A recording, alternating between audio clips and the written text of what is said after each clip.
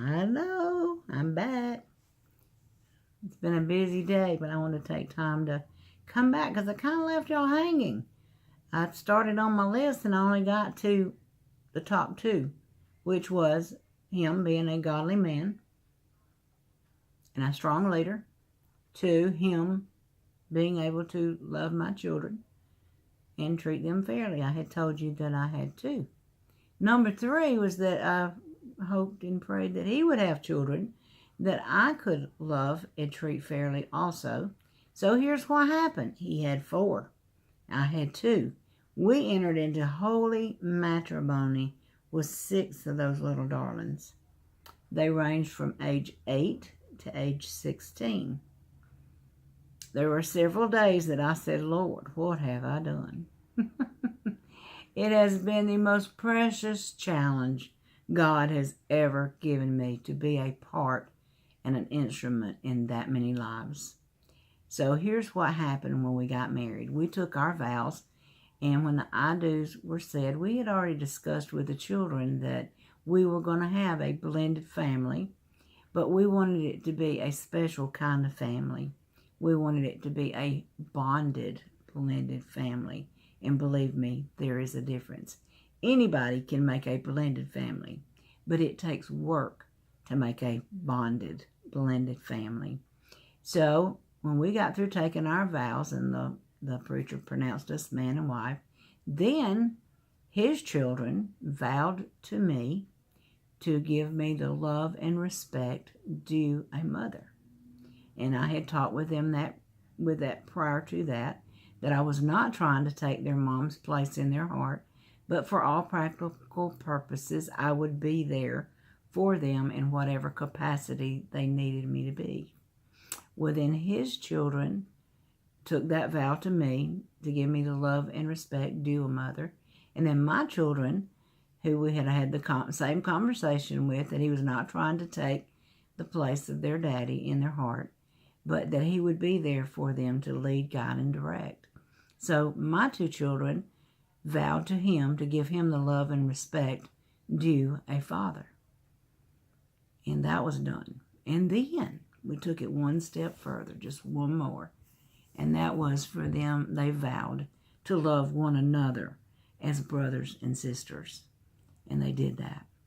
So we all got married that day. And for the past 30 years, every anniversary that we've had, the kids call me and say, Happy anniversary, Mom. Dad, it's our anniversary today. And it's beautiful. Did they fight? Heck yeah. There were several times I'd have to say, hey, I got it on video where you said you were going to do that. Do I need to pull the video out and let y'all watch it?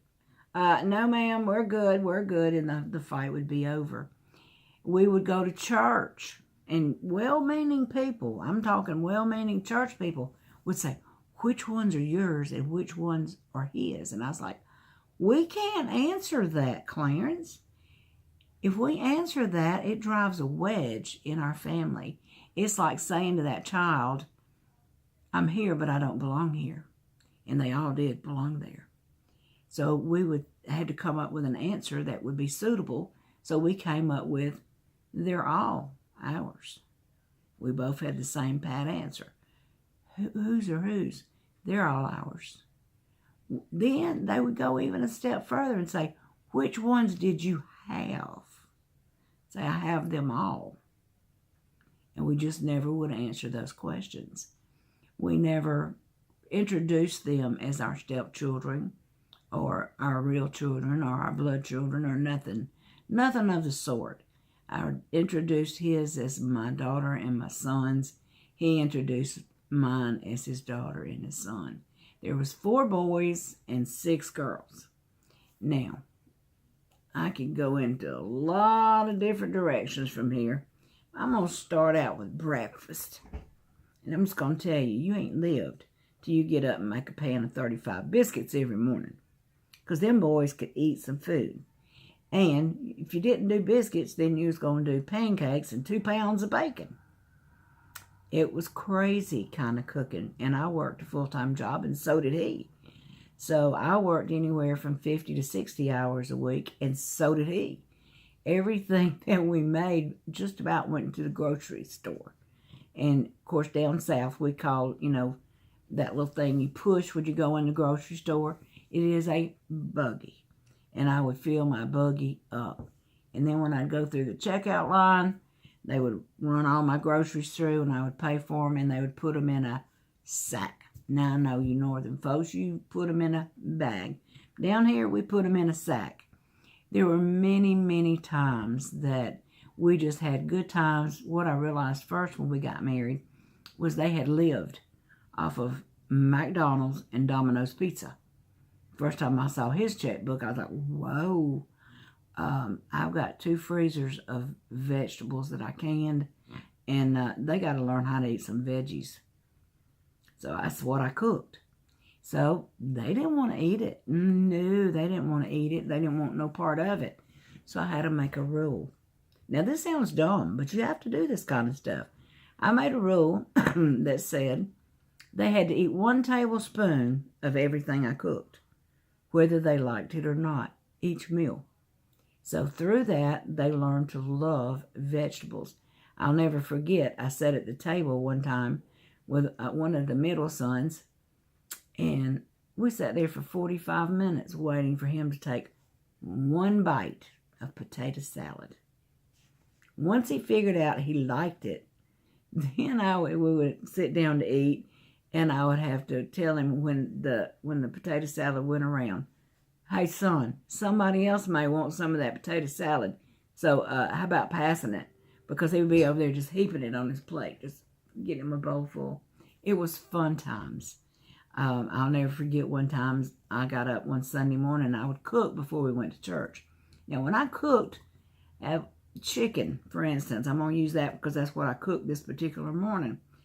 Southern fried chicken. And I cooked anywhere from 28 to 32 pieces. Made potato salad, baked beans, and whatever else, green beans, whatever else to go with it. But anyway, this particular morning I made some cornbread. Well, I had a leftover batter, and I didn't want to waste it because I knew they'd eat it. So I made cornbread fritters. Now, if you ain't never had a cornbread fritter, you need to Google that recipe because they are some count, as we say down here. They are some count. So I made them, and they were about the size of a pancake. Well, the first son came down, and he went over there, and he got him a pancake. He actually got 2. Went over there and got the syrup, and he pours it out the table and poured that syrup on that cornbread that he thought was a pancake, and he ate it. And he got up to leave the table, and he was going to get ready for church. And the next son comes down the hallway, and he said, hey, Mom's got pancakes in there. He comes in, and he gets him 2 pancakes. I said, don't get but 2, because I didn't make that many. So he comes over there, and he pours syrup on his, and he takes 1 bite, and he says, that ain't pancakes. That's cornbread. And he was not happy. So he left. Well, the first son came back, and he ate his too. He liked them. Fun things. I insisted that we all eat at the table. We used real dishes with real silverware. And that was our family time. That was our time to share our day with what we did that day. Our things that we accomplished, our goals that we set. They were all set at the table. The laughs that we had, because now we're a blended family and we're making bonded memories. You have to make your own memories when you're in a blended family. I have no idea, guys, if I'm looking at the right place in this thing or not. I don't think I am. But anyway, we had a good time, and I'm going to promise you this. Today, if you walked into a room and all 6 of them were standing there, you will never know who belongs to who. They are very close-knit. They're very, very tight with one another. I know about 3 weeks ago, when Clarence was in the hospital, they all went out to dinner together. And I think that's just absolutely speaks volumes to me as to how much they love one another and how much they care about one another. But I'll take it even a step farther because they blessed me that day. The oldest daughter had called me and told me that they were all going to dinner together that evening. I said, well, that's good. Y'all need to do that more often.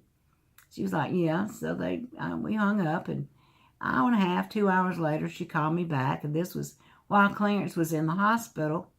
And she said, hey, Mom, we're all on our way to your house now.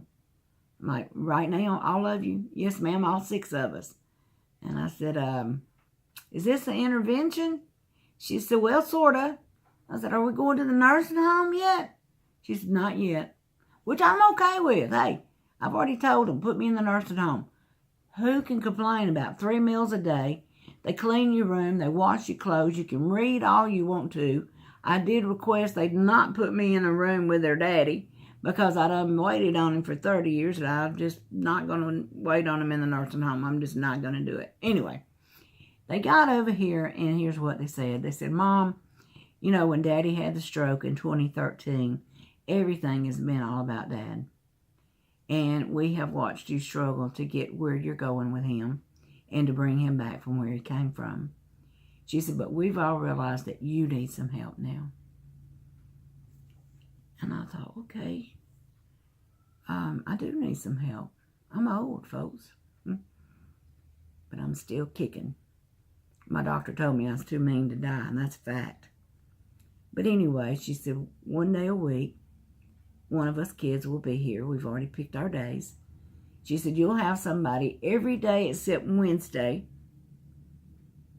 to come by and give you 30 minutes to an hour of our time to do those things that you aren't able to do anymore. And I just sat there flabbergasted, because you hear of so many families, excuse me, that you got one kid in the whole family that does everything, and everybody's mad at everybody about something. Our kids don't do that, and I give God the glory, because he's the one that showed us and taught us how to make a bonded, blended family. And I'm so proud of each and every one of them. And you know, I think through hearing my testimony, through seeing what their dad lived through, the hard things that we both had gone through, whether they saw it or whether they heard about it. Not one of them does drugs. They don't smoke. They don't drink. And all 6 of them are in church. One of them's even a preacher. And I remember telling him when he was a teenager, son, God's going to call you to preach. And he said, oh, no, not me. I said, You got a calling on your life. And God's going to use you. No, not me. Well, he's preaching now. He's a blessing. All of them are in church. And I'm so thankful to God for what he's done in their lives and in our lives. But I just wanted to share that with you today. I'm going to keep this real short. So be blessed. And let's see, tomorrow we may walk through some of the thorns of the rose garden. Love y'all. Bye-bye.